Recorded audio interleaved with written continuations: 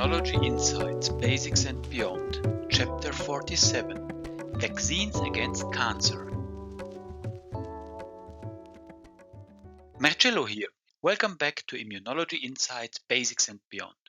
In our last chapter, we met James Allison, whose groundbreaking work on immune checkpoints revolutionized cancer therapy and showed how lifting immune brakes could transform patient outcomes. Today, we turn to another bold vision in immunology: vaccines against cancer. For decades, scientists have dreamed of training the immune system to prevent or cure cancer, much like we do with infectious diseases. The concept is deceptively simple. Teach the immune system to recognize tumor antigens early, and it could stop cancer before it gains a foothold, or control it once it arises. The challenge, of course, lies in the fact that cancers develop from our own cells, making them harder to target without triggering autoimmunity. Yet progress in this field has been remarkable. From global public health triumphs like HPV vaccination to cutting edge personalized mRNA vaccines that bring us closer than ever to realizing this dream. So let's talk science. There are two main groups of cancer vaccines. First, preventive or prophylactic vaccines, designed to stop cancers caused by infectious agents by targeting the underlying pathogens. And second, therapeutic vaccines, which intend to treat existing cancers by stimulating new or stronger immune responses against tumor specific antigens. Let's have a closer look at the preventive vaccines, stopping cancer before it starts. The clearest success story comes from the HPV vaccines, Gardasil Cervarix, which target high-risk human papillomavirus strains, especially HPV-16 and HPV-18.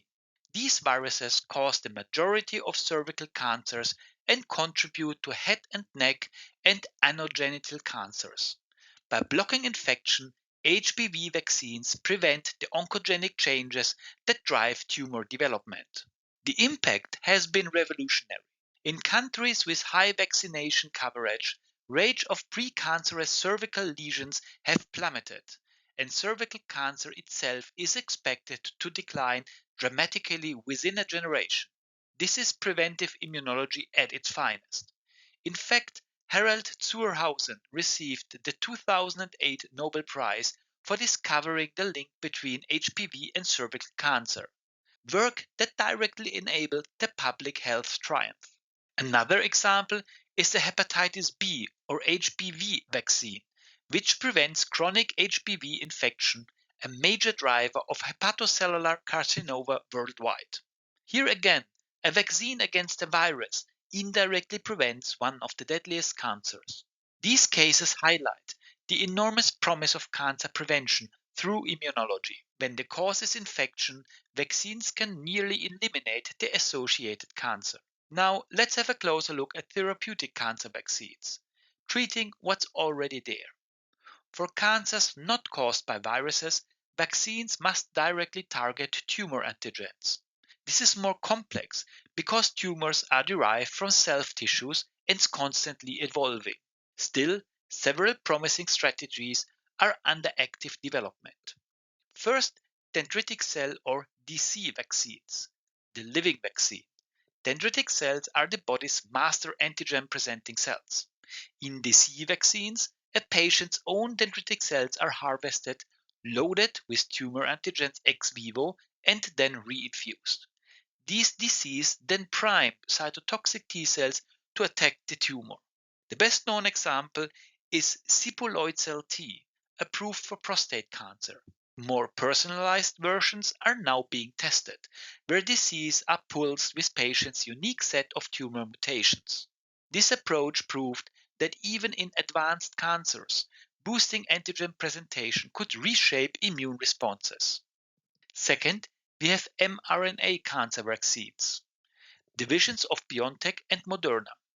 The COVID-19 pandemic demonstrated the scalability and effectiveness of mRNA vaccine platforms, And now the same concept is being applied to cancer. Here, the mRNA encodes tumor specific neoantigens based on sequencing of an individual's tumor.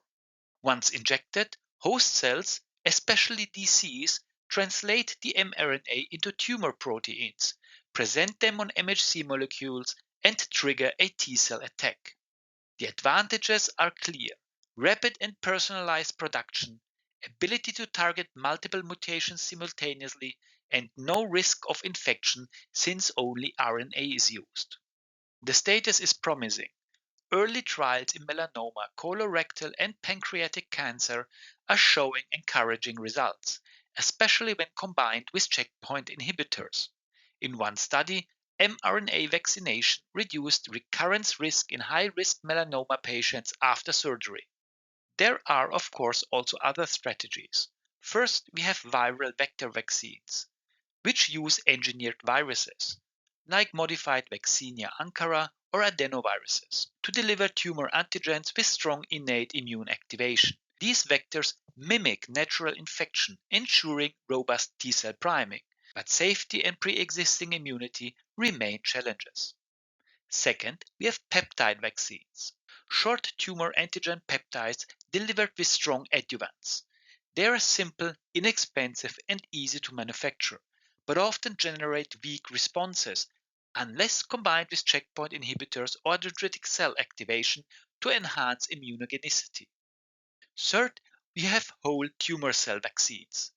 Irradiated tumor cells are used to present a broad antigen repertoire, sometimes genetically modified to secrete immune stimulating cytokines.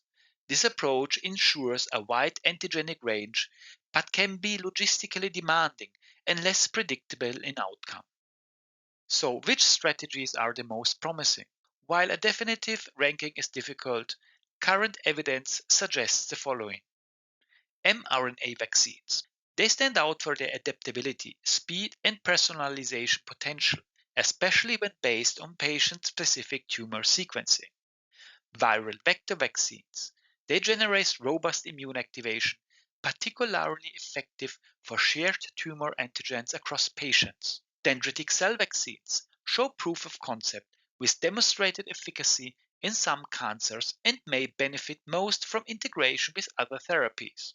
And last but not least, peptide vaccines, which are cost effective and simple to produce, though often less immunogenic alone and best used in combination approaches. The consensus is that combinations are key. Therapeutic vaccines paired with checkpoint inhibitors, cytokine therapy, or even CAR T cells are likely to produce the strongest and most durable responses.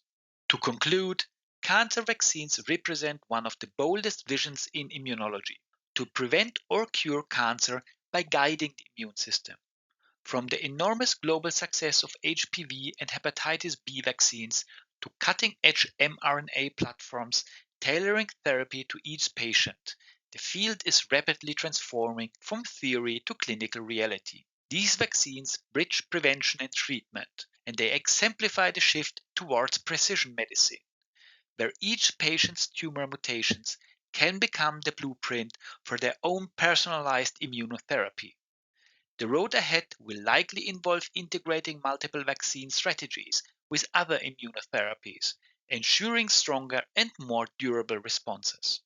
In our next chapter, we will meet two pioneers whose work made these concepts possible: Ralph Steinman, who discovered dendritic cells and first saw their potential as living vaccines, and Harald Zurhausen, who revealed how viruses like HPV could directly cause cancer, opening the door to preventive vaccination. Before closing, I have a small request. If you enjoyed my content and want to hear more, like and subscribe. It's a small step for you, but it helps me a lot. So, see you next time and thank you for listening.